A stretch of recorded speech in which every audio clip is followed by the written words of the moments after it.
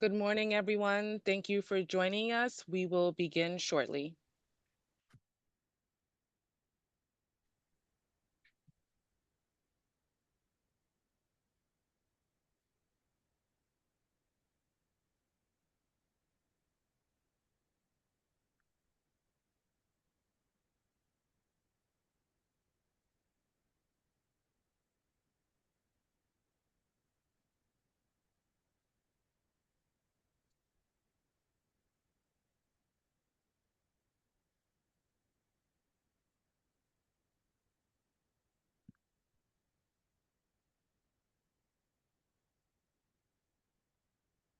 Good morning, everyone. Thank you for joining us. Let's begin.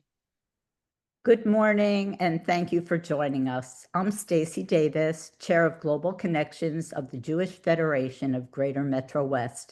Together with our professional staff and lay volunteers, we create the programs and experience which build living bridges between Greater MetroWest, Israel, and our global Jewish family. A little over a week ago, we watched the dramatic scenes of 20 living hostages returning to the arms of their families. What we had prayed for, fought for, and dreamed of finally came true after 738 agonizing days. Here in Greater Metro West, so many of us joined hands with our friends and family in Israel to make this moment happen. We marched on Washington, lobbied our elected leaders, recited prayers in synagogues, raised millions of dollars, and traveled to Israel on solidarity missions.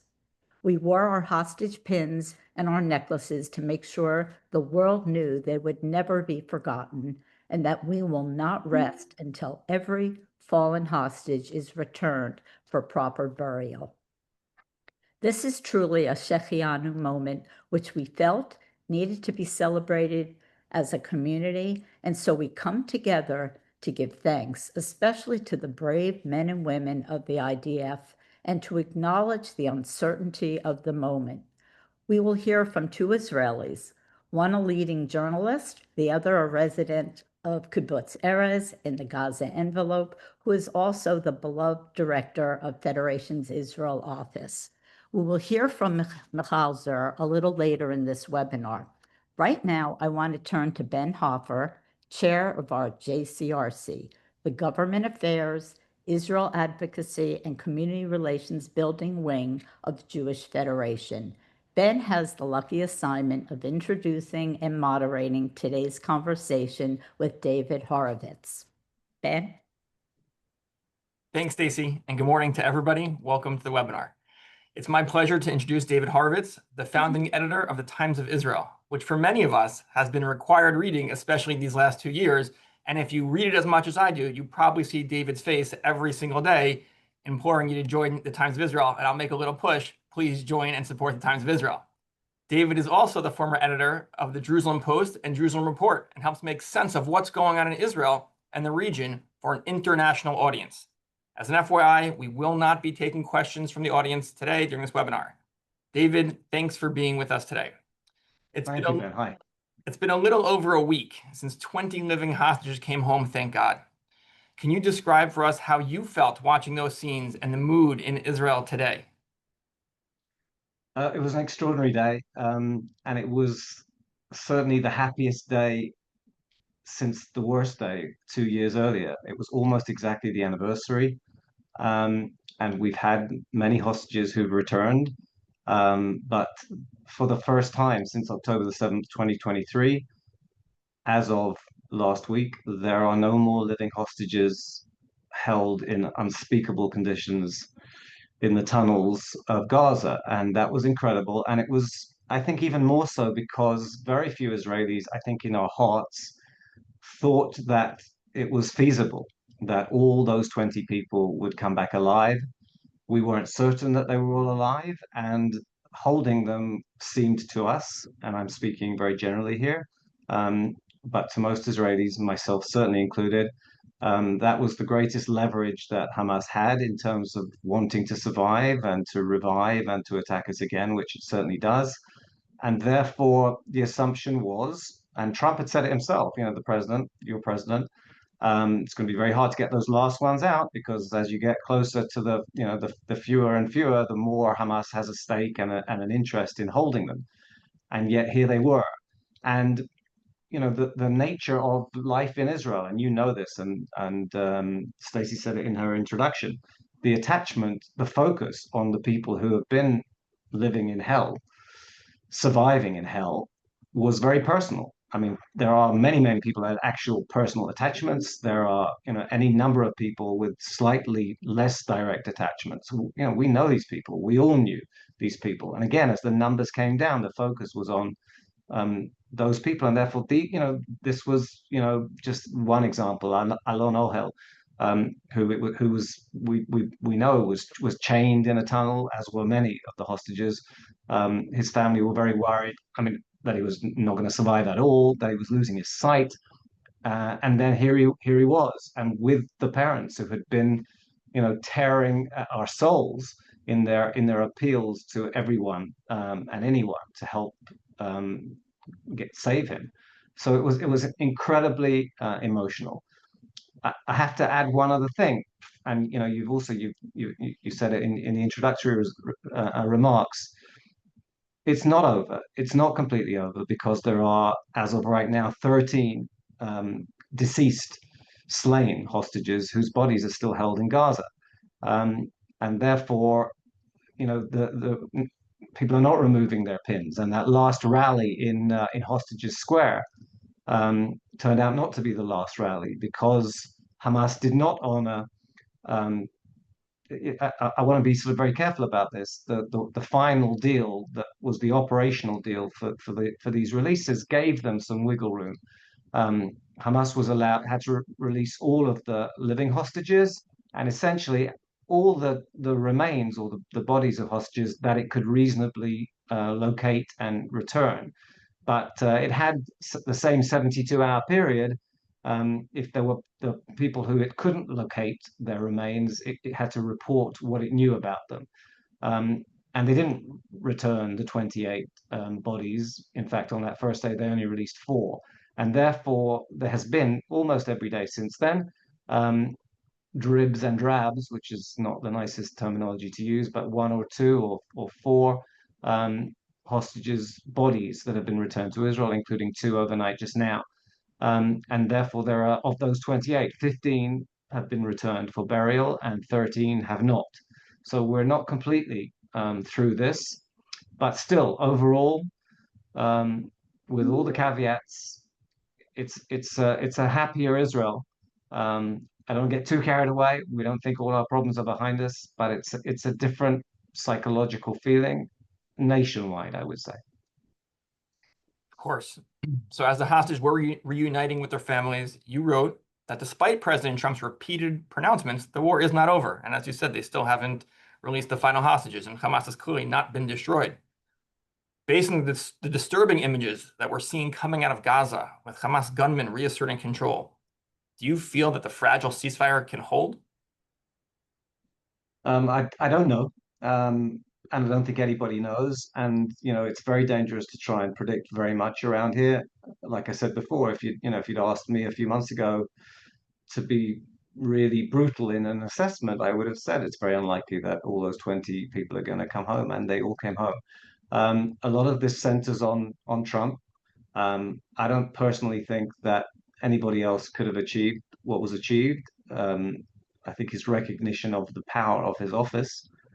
He basically corralled whoever was necessary, um, and people whose interests are not necessarily equivalent to ours, for example. I mean, you have Qatar and Turkey that were playing a very important role in getting this deal done, and Turkey is a supporter of Hamas. And I would say that Qatar is, through Al Jazeera, inciting for causes that Hamas embraces. So these are, Turkey certainly is hostile to Israel at the moment. Qatar is a very complicated story that we can go into if you want to. But Trump, put it all together. Hamas, when it was asked to respond to his proposal, which Netanyahu accepted right away alongside him at the White House on September 29th, Hamas sent this conditional response full of caveats. And Trump said, yeah, ignored the conditions and the caveats and said Hamas is ready for a lasting peace, and dispatched Steve Witkoff and Jared Kushner to Sharm el-Sheikh in Egypt and closed this deal. Nobody thought that that was possible. So now you have Trump saying the war is over. Yeah, Israel, that has not, at any formal level at least, has not formally voted to end the war. The army is still deployed in half of Gaza, and as you rightly say, Hamas is reasserting itself in the other half, and we're seeing this. And I don't think you have to carry out very many public summary executions to reassert a rule of terror, and that's what they've done. Trump wants to give this every chance. You've had this extraordinary procession of American officials. I mean, right now, the vice president is in Israel. The secretary of state, we think, is coming tomorrow. Steve Witkoff and Jared Kushner, I believe, have just left. Trump himself was here last week. For Rubio, it'll be the second visit in a month. For Witkoff and Kushner, it was the second visit in a month. This is, high profile. I think you would say oversight of the plan, that's for sure. They've set up, this was what Vance opened yesterday, a sort of military coordination center in Kiryat Gat, where Vance held his press conference yesterday, to be able to monitor what's going on in Gaza and to pressure whoever can be pressured to move things in the right direction or to stop really bad things happening. So there's a tremendous presidential investment in this. I think if you ask Trump what his top foreign policy priority was right now, I think he'd say this, and therefore he will not easily let it fall apart. I don't think Israel wants it to fall apart. Certainly, if the big picture deal is Hamas is meant to disarm and Gaza is meant to be demilitarized, Israel has every stake in that working. The question is whether they will be able to impose this on Hamas, right? Because Hamas would then be continuing to conspire in its own downfall, and it does not want to slink off into oblivion. So that's the challenge now. You mentioned the role Steve Witkoff and Jared Kushner have been playing, the pivotal role. I believe I read it or watched it, actually, I think, on Times of Israel yesterday, the day before. And Jared Kushner was stating that Israel has to invest in a better future for the Gazans. So what, in your view, can make this moment a transformative one for Gazans? What has to happen to loosen Hamas's grip on the population and bring about a different future for Palestinians and for Israel? Okay, that's a really good question, and you asked it very succinctly, but it's very hard to answer definitively because there's a combination of what needs to happen in the short term and then more broadly. In the short term, somehow, and that's a really huge challenge, Hamas's attempts to revive have to be thwarted. It has to be marginalized at a practical level. There are statistics that came out from the army yesterday. I'm not sure they're official, but they're sort of semi-official. They estimate that Hamas has 20,000 armed people. That is not the 30,000 of 2 years ago that were organized into 24 battalions, and it was an army. It was a terrorist government army. But still, they're fairly potent. They have some hundreds of rockets, we think, and maybe even some longer range rockets. Much of their tunnel infrastructure has been destroyed, especially the sort of attack tunnels from which they would attack, where they would manufacture weapons, their command centers. But a lot of the wider underground network through which they move around in Gaza is intact. So this is still a potent force, and like I said, it is publicly returning, and it is attempting to signal, we're back, we're overtly back, and there's no other force, right? There's Israel in 50% of Gaza, the IDF, and there's Hamas potentially in the other half. How do you deal with that? That's the huge challenge now. So you've got a communications military center, but it's in Kiryat Gat. That's in Israel. Last time I looked, there are not American troops boots on the ground in Gaza. I don't think that Israel really would want American boots on the ground. We've never really wanted America or anybody else to fight our wars for us. There's been a lot of talk about other countries that might send troops. Azerbaijan, perhaps Indonesia, perhaps, however unlikely that might sound. But at the moment, there's nobody there. And that's, I think, the first priority. How do you physically prevent Hamas reasserting itself. Netanyahu is opposed to any kind of Palestinian Authority role. The PA claims to have reformed. I'm not sure that most Israelis would buy into that. I'm not sure that the United States would, but potentially a reformed PA. Well, they lost power to Hamas, within 2 years of Israel leaving Gaza in 2005. So none of this is straightforward. But then, the wider way I would answer your question, which is not on anybody's agenda that I know of at the moment, is ultimately everything comes down, I think, to education and mindsets and what you believe and what you think and your ideology and your motivation. And I think a lot of that is education. And at the moment, as far as I can see, people are in much of the Muslim world and much of the Arab world, getting a narrative that is fundamentally describing Israel as illegitimate, as having no place in the Middle East.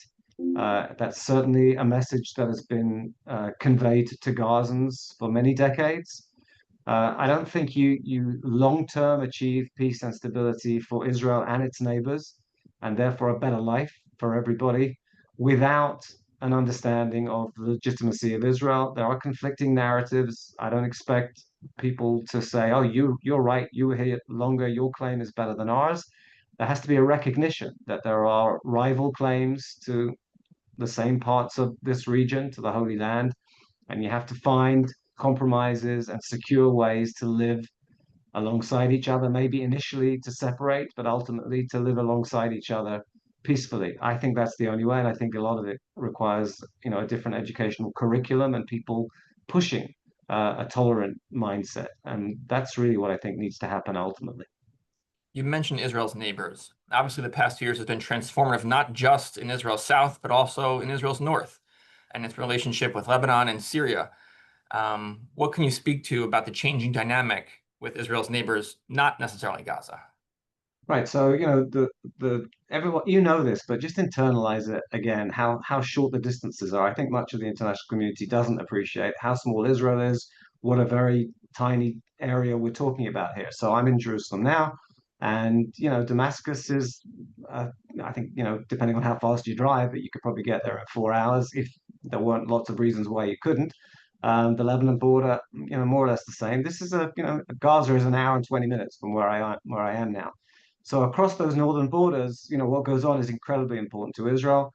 Hezbollah was 10 times more powerful than Hamas on October the 7th.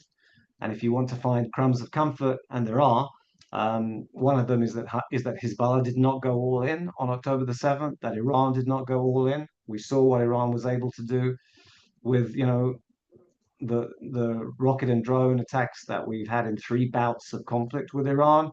Hezbollah was, ready to come flying across the border. They had 3,000 people ready on motorbikes. Like I say, 10 times as much in terms of missile and rocket capabilities everywhere in Israel within range, including of precision guided missiles and so on. Israel was very, very effective in degrading Hezbollah. It did not underestimate Hezbollah. It was not the prisoner of an unfathomable misconception about Hezbollah as it was regarding Hamas. It refused to internalize that Hamas was building a war machine and preparing to invade. That remains unfathomable. But Hezbollah, we were savvy. And when the moment was judged to be right, including with that beeper attack on thousands of Hezbollah people whose devices blew up on them because we had laced them with explosives, you've all heard and read about that. Hezbollah is much weakened. It wants to revive. There is, unlike in Gaza, there is a government there that is trying to shape, it seems, a better future for Lebanon, and that requires a disarmed Hezbollah. It's not Israel that is having to try and impose that. There's a government there that's trying, and Israel would like to see that happen. And since you mentioned Syria, I just have to say, and not many Israelis can say this. I was in Syria a few weeks ago with the knowledge and approval of the Syrian government. It was a trip, yeah, it was a trip organized by an American rabbi. It was a very obviously Jewish group. I was asked if I'd like to come along. I said with pleasure. I was not certain that the Syrians would let me in. But they did, and they have really an interest in making the Jewish community feel comfortable about the new leadership. There are precisely 6 Jews in Syria, Syrian Jews at the moment, but there are a lot of ex-Syrian Jews who retain a connection to the country, and some of whom I think are deepening that connection. Um, I wouldn't get carried away, and I wouldn't get carried away by the fact that I did not encounter hostility in Damascus. And you can see what I look like, but I was walking around with um, the Chabad Ashkenazi rabbi of Istanbul, who looks like a Chabad rabbi, and the American rabbi who led us, Asher Lopatin, was wearing his kippah. We walked through the souk in Damascus without security, as far as I can recall, at least one time. We did not feel threatened. I actually tried to work out how that could be, and I asked, do people in Syria not watch Al Jazeera? Because that for me is quite a big point.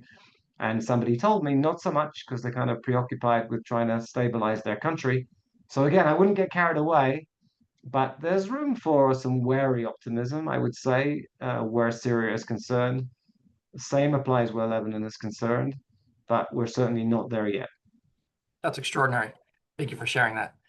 So Jewish people in your country of birth, the UK, just experienced a horrific act of terrorism on Yom Kippur, leading to the murder of 2 men outside a synagogue in Manchester. In this country, the US, we too have seen anti-Semitism reach record highs. Do you think that now that there's a ceasefire, however fragile, things will calm down around the world? Or do you predict that Israel's critics will continue blaming Jews around the world for everything that goes wrong with this deal and everything in general? Yeah, I would like to be optimistic. Um, so let's hope. But I think it's tremendously troubling. I think the fact that the hostility to Israel, not just hostility to Israel, a concerted effort, I would say, to deny Israel of the practical capacity to defend itself, calls for divestment on American campuses, and that America should not allow Israel to, it should not provide Israel with weapons, um, are, a transparent effort to make sure that Israel is wiped out. Don't doubt it. If Israel can't defend itself, it will be finished. It let down its guard on the frontier where the chief of staff of the army was least worried, and we are still living with the repercussions of that blackest day 2 years later. We really are. We have not begun to mourn the 1,100 people who were killed that day in the way that we focused on the hostages. There hasn't been that real awareness at a national level of the terrible losses that we suffered that day. The geopolitics of this region is evolving in some ways, potentially very positively for Israel, but this was an earthquake. And that was, like I say, letting your guard down on one front, and you're facing internationally a concerted effort to ensure that you can't protect yourself in the future. So this was very serious. It was not started many months into the war amid controversy about how Israel was prosecuting that war. It was there from immediately after October the 7th, as in October the 8th in some cases. And you've seen it and felt it widening. I have, of course, got relatives in Britain. I did not expect in my lifetime to see from the river to the sea, projected onto Big Ben at the Houses of Parliament. And I don't think my relatives on the Upper West Side imagined that they would see people marching with similar banners, and in some cases with Hamas posters and regalia. This is an organization that is avowedly committed to killing Jews and destroying Israel. So in some cases, I think there are useful idiots, but in some cases, this is very carefully calculated and well planned anti-Zionism, and have no doubt anti-Semitism, right? If at the most naive level, I would even say, if your only focus is on the alleged iniquities of Israel, in the entire world, then that's not a sort of human rights conscience. That's anti-Semitism. If when Hamas is killing Gazans, as it is in the last few days, by its own acknowledgement, and you don't care about that, and you don't care about those dead people because it's not Israel who's killing them, that is not some kind of humane attitude. That is anti-Israel and anti-Semitism. I don't think it's going to disappear very quickly. Maybe some of the supporters will rethink. Maybe it will be less potent, but I think some of it is generational. I think a lot of people have been misled, or allowed themselves to be misled. I think it'll take a while until things get better. Hopefully, they won't get worse. About 6 weeks after October 7th, I was a participant in our Jewish Federation of Greater MetroWest solidarity mission to come visit Israel. And it was palpable, the sense of unity that just permeated all of Israeli society. I think we all know that that's dissipated over time, over the 2 years. My question to you is, how do we go about fostering that sense of unity, v'achdut, without having the pain of hostages in tunnels in Gaza? How do we find a way to look at each other all as family members as opposed to othering each other? Yeah, you're asking me two hard questions, but I'll do my best. First of all, I think that there is a pretty widespread sense of unity in Israel. At the army level, when you think of what people have done to protect this country, some people, we've had 747 days of war, if I'm not mistaken, as of today. Um, some people have served 500 plus days, many people have served 500 plus days of reserve duty. This is not the standing army. We have mandatory military service, and most Israelis do their something around 3 years, men and women. But this is reserve service, which pre-October the 7th was, maybe a month a year if you were in a combat unit or in units of particular central value, more for some people, but on the whole, something like that, maybe less than a month. And now you've had people who in their 30s and 40s and beyond have barely been home since October the 7th. And they kept turning up, and there's a tremendous sense of mutual responsibility, especially in the army, I would say, where people feel if I don't go, then somebody else is going to be in more danger or somebody else is going to have to do more. And therefore, people have kept coming at very, very high response rates. In terms of, you felt this, I'm sure, when you were here, and I'm sure most people on this call have been in Israel, maybe many of them since October the 7th. As a nation, we're just astonishing. And when you think about the resilience and sort of the almost casual resilience, remarkable resilience, I don't know that any other country would deal with it in the way that we've dealt with it. I mean, you've seen the videos of Israelis doing yoga on the beach in Tel Aviv, and rocket sirens sound, and they dash into the hotels across the street, and the all clear goes, and they're back out doing yoga again 10 minutes later. I mean, the first Iranian attack in 2024 last year, we were told everyone's watching TV, and an army spokesman comes on and says, they fired some drones. They'll take 12 hours to get here. Your sealed rooms, your protected rooms will be effective against whatever they carry. So just try and make sure you're near them. And then a few hours pass, and the spokesperson comes back on and says, well, now they've launched cruise missiles. They'll take a couple of hours. So really stay near your safe rooms. And then, okay, now there are ballistic missiles on their way. They'll be here in 12 minutes. Go into your safe rooms. And everybody did. And the all clear sounded, and out everybody came and went back to work the next morning. And we somehow managed even to convey this to visitors. I spoke to a group not too long ago, and most of them were in Israel for the first time. And one of them, her plane had been coming into Israel, and it was circling because there was a Houthi missile on its way, and Israel had closed its airspace. And I don't know exactly what the pilot said, but I think probably something fairly accurate. Um, and she turned to the woman next to her on the plane, who was Israeli, and asked, what is going on? And the Israeli woman said to her, oh, it's like, it's okay, it's just the Houthis. As in, yeah, it's probably one missile, and it'll be taken out, and don't worry about it. And by the time I met her, which was 2 or 3 days into her Israel trip, she was completely unfazed. There was actually a missile alert while I was speaking to that group. We were in a hotel in Jerusalem, and we all went to the safe area in the hotel. And this, like I said, this was a group of people, most of whom had never been in Israel before. I don't think they were Jewish, most of them, totally unfazed. So this is, that is unity, and that is resilience. Our politics is very divisive, and you can ask me stuff and take me in a partisan direction if you want to, but I'm not particularly interested in taking you there more than you want to. But you need at the top, you need people who are pushing for unity. We can't afford. Jews are nastier to each other in Israel than they are anywhere else in the world because, hey, we're all Jews, we're the majority, we can afford to be nasty to each other. We really can't.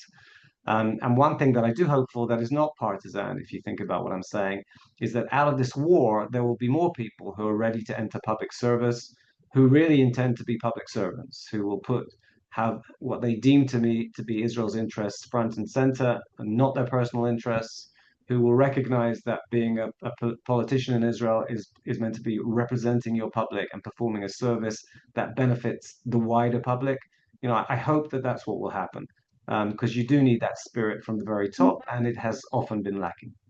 Oh, man. So just one last question. We're talking about unity within Israel, but there's also been a lot of developments in the unity between Israel and the diaspora. So what do you see for Israel moving forward in its relationship with the American Jewish diaspora? If October 7th served to strengthen the ties between our two communities, do you see these bonds growing ever stronger in the years to come? Yeah, I hope so. I don't know that they will, but I hope that they will. I think there are people who are pulling away, for whom Israel is just complicated, or even embarrassing or something that they feel alienated from. We're not perfect. We're very divided, but we are a very diverse Israel, and there is something for everybody to identify with anywhere in the Jewish world. You have to support and attach to the the aspects that you think will make Israel the best Israel that it can be. I think our destiny is shared. I don't think that's been clearer than in the last couple of years, including because some of the issues we talked about. It's been a long time since that need for an Israel that is strong and capable of defending itself and capable of serving as a refuge. It became sort of very obvious, and that we can't take it for granted, I think, became very obvious, and therefore we need to strengthen these ties. I think we probably need better communication. The two worlds, the Israel and the diaspora, have different stresses and in some cases different priorities. And I think we don't understand the sensitivities in either direction as much as we should, and there's more that we can do about that. But I do hope, I think it's necessary, and I hope the ties will get more nuanced and more deeper at every level in terms of understanding each other, in terms of working with each other. David, thank you so much for making the time to be with us today. But most importantly, thank you for the incredible reporting and analysis which you and your team provide for all of us who are not there on the ground these past years and every day. We are grateful to the Times of Israel for keeping us informed and wish you strength and success as you continue to cover this complicated story for Israel, the Jewish people, and the world. I'd now Ben, like can to I just say, introduce... Yes. sorry, can I just say thank you to you? I think first of all, for asking me very smart questions. And I appreciate what you said about what we do. We have a terrific team here, and they work crazy hard. And thank you to everyone who's on this webinar, because when you hear stuff firsthand, it really matters. And I hope I'll see at least some of you in Israel in the near future. So thank you. Our pleasure. I'm coming next Wednesday. I'd like now to introduce Michal Tzur, Director of Federation's Israel office, to update us on the mood in the South, how our partner communities are faring 2 years after October 7th, and the country's resilience and resolve to rebuild. Shalom. Hi, everyone. So happy to be here. I can't see all of you, but I see the numbers and the names, and I appreciate each and every one of you for being here today as we stand united in remembrance and in reflection. 2 years have passed since the events of October 7th, a day that is now part of our collective memory and tested the very fabric of our partner communities of Akim and Kibbutz Erez. Just a week ago, on Erev Simchat Torah, I and my family and my friends and my community and my country, we were dancing in the streets, tears and hugs and deep sense of relief. And we were breathing and joy, seeing the 20 hostages walking out of the IDF helicopters and being embraced by their parents and wives and children. We missed people we never met. We knew each one of them by name, their life stories, their childhood stories, and we now know some of the unspeakable testimonies of the tortures they suffered from. I'm still watching the videos of families' reunions over and over and over again. I'm pretty sure many of you do the same. For the past 2 weeks, we all took part in individuals and communal commemorations, sometimes more than once a day. Provided us with an opportunity to reflect on where we are and how we're doing. Ofakim suffered a great loss of 48 residents on October 7th. The mayor and his team decided to rebrand the town from the City of People, עיר של אנשים, to a City of Heroes, עיר של גיבורים, and continues in this direction, arranging Heroes Festival and Heroes Run and Heroes March and more, mostly in the neighborhood that was under attack on Simchat Torah. At the same time, the return of the hostages, including Matan Tsaungauker, who grew up in Ofakim. We hear from the welfare services in town of a dramatic need for therapy and emotional support. Over 2,000 people, residents, already were treated at the Resilience Center so far. 650 more are still being treated right now, and over 200 people, mainly children, are still on the waiting list to be treated. In addition, there are now groups of policemen and soldiers suffering from post-trauma who need a lot of support, residents of the town. Yesterday, we were fortunate to host in Ofakim a group of 50 policemen from New York and New Jersey as part of their annual Police Unity Tour, Bike Ride in Israel. They have a long-lasting connection with the police station of Ofakim and visited the families of the policemen and civilians that were killed on October 7th. Our friend Ravit Iluz, who lost her husband Igal that day, hosted some of them and shared with them that her daughter Shilat is getting married tomorrow. The visit ended with an open invitation to the wedding, and so tomorrow, a bus, only in Israel, right? A bus of 50 American policemen, some Jewish but not all, will attend the wedding, dancing with Ravit and Shilat and honoring Igal's memory. I think this is the essence of where we are, dancing and crying, hoping and remembering. In Kibbutz Erez, which happens to be my home for the past 10 years, the situation is similar. About 90% of the families have returned to the kibbutz. New families are renting houses, and the new neighborhood of 17 houses is being built, which is a miracle.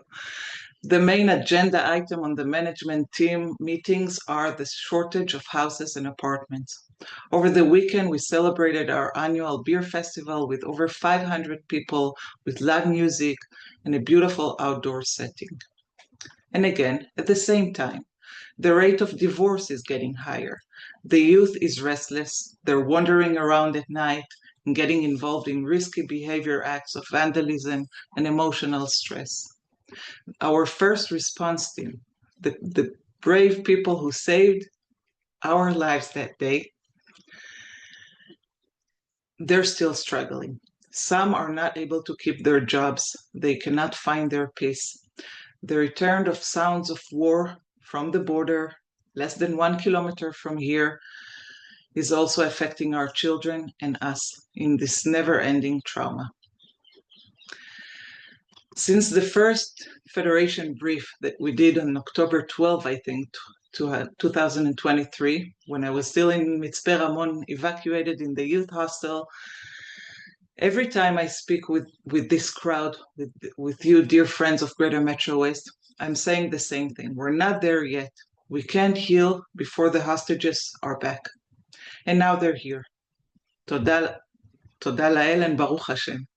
We will continue rallying every Motzei Shabbat and advocating for the return of the 13 dead hostages. But at the same time, we're in a better place.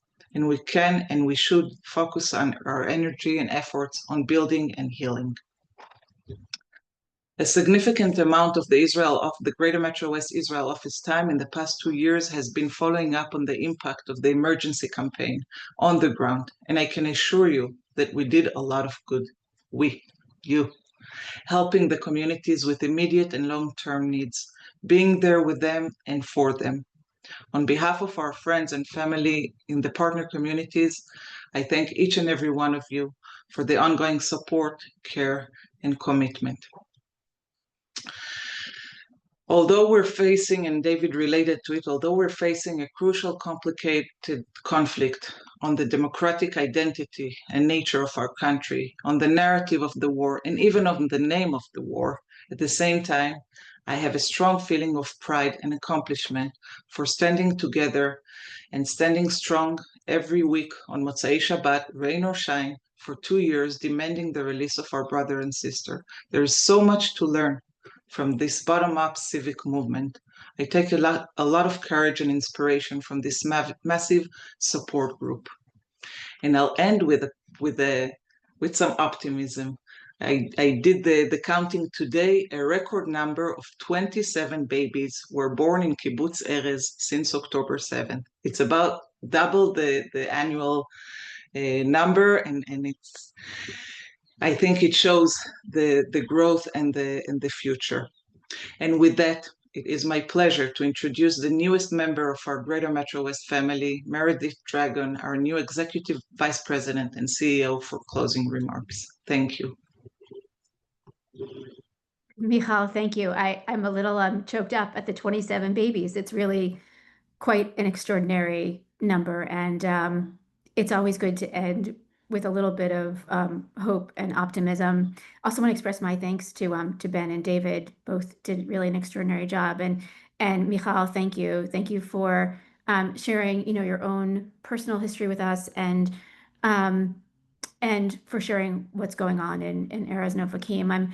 I'm so very proud to be leading a federation that's been such a source of strength for you and support to you and to all of our friends and family in Kibbutz Erez and Ofakim, around the communities in the South and all across Israel.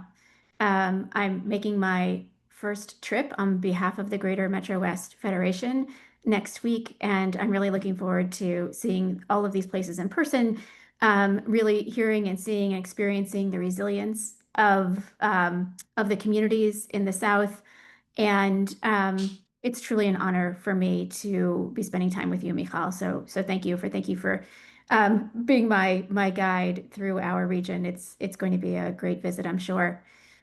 For the 20 hostages who have returned to Israel, and for these families, obviously this is really a time of healing for them, and renewal for all of us.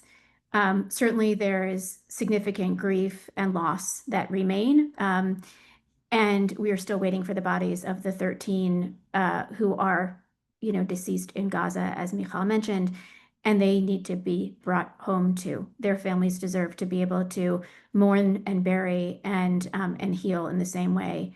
But after the two of the darkest years in Israel's history, we're reminded of sacred new beginnings, especially this time of year, post the Chagim. These beginnings occur every day, even in the worst of times, and we've certainly experienced the worst of times in the last couple of years. But what I hope is that while these times have been extraordinarily difficult, that they can also be transformative for us, for Israel, and for the Jewish people. And certainly Ben and David addressed this in terms of unity and our opportunity as a people to continue to remember how important it is that we remain strong and united in our love of our people and of Israel. Certainly for our federation, we will continue to be there in the days ahead, continuing to provide support across Israel, and obviously especially in our partnership and in the communities that have been most impacted. We provide support and comfort and dollars to all those in need in Israel, and certainly also for our community in Greater MetroWest. It's important that we stay strong and lead proud Jewish lives, and that's what the Federation helps us do, across Israel, across our globe, across the United States, and especially in Greater MetroWest. But this happens really through so many partnerships, and one of the most important partnerships that we have is with all of you. So thank you for being here on the webinar today. For those of you who are donors to the Federation, we deeply, deeply appreciate your support. We couldn't do any of this work without you, whether it's bringing you a webinar today or, of course, offering the kind of healing that we're offering in Israel right now as well. Quick plug, if you haven't already RSVP'd for our October 29th opening event with Modi, we hope that we'll see you there. This event is to benefit the annual campaign, which supports all the good work that we're talking about today, and we're very appreciative of that. So it's not too late to RSVP. You can do it online, October 29th. It will be a great night with Modi, who will be interviewed by Michal Biton, who's really very special, And we'll share a message there of unity and the great work that we do on all of your behalf. So I hope you can come. And most importantly, I hope you can come so that we can actually celebrate just a little bit the return of the 20 hostages who came home last week and the beginning of healing in Israel and across our community. Most importantly, I want to thank you again for being here with us today, for your support, for your generosity, and for continuing to be an active, important member of the greater Metro West community. We look forward to bringing you more opportunities like this, and we hope you have a great day. So thank you for being here.